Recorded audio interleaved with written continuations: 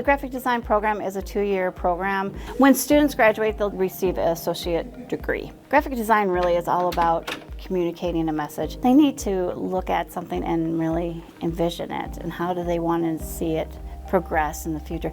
Now, early graphic designers don't always have that technique, so that's why JR and I are here to help them kind of grow to think outside of that realm and not just have us sit there and dictate like an art director. The graphic design students will learn the basic graphic design programs, which would be InDesign, Illustrator, and Photoshop. They use those 3 primarily in industry.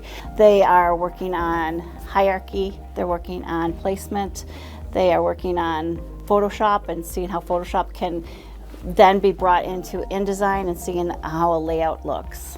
I have learned how to work Photoshop and in a lot of Adobe, Illustrator, InDesign, a lot of the things that I haven't never touched in my life, and it's kind of cool to learn kind of new things like that. I really enjoy working on Photoshop. I think it is taught well, and when I wasn't in the program, I used free software and it translates pretty well. So I can use some of the things I remembered or learned prior to the program. I also had a drawing and illustration class, so I was able to learn more of certain drawing techniques, which really helped out. I think it really widens up my mind and my eyes to the different types of arts that goes along into graphic design.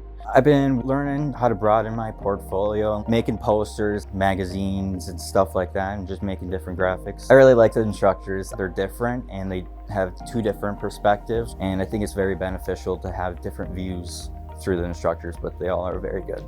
Anybody that comes to our program will gain a lot of knowledge. We try to present a lot of the real world, like how are they going to get critiqued? Why are they going to get critiqued a certain way? Why are they using this program? Why are we asking them to work in a grid or in InDesign? Our students will actually go out there and be able to really kind of walk into like a print shop and really understand the programs.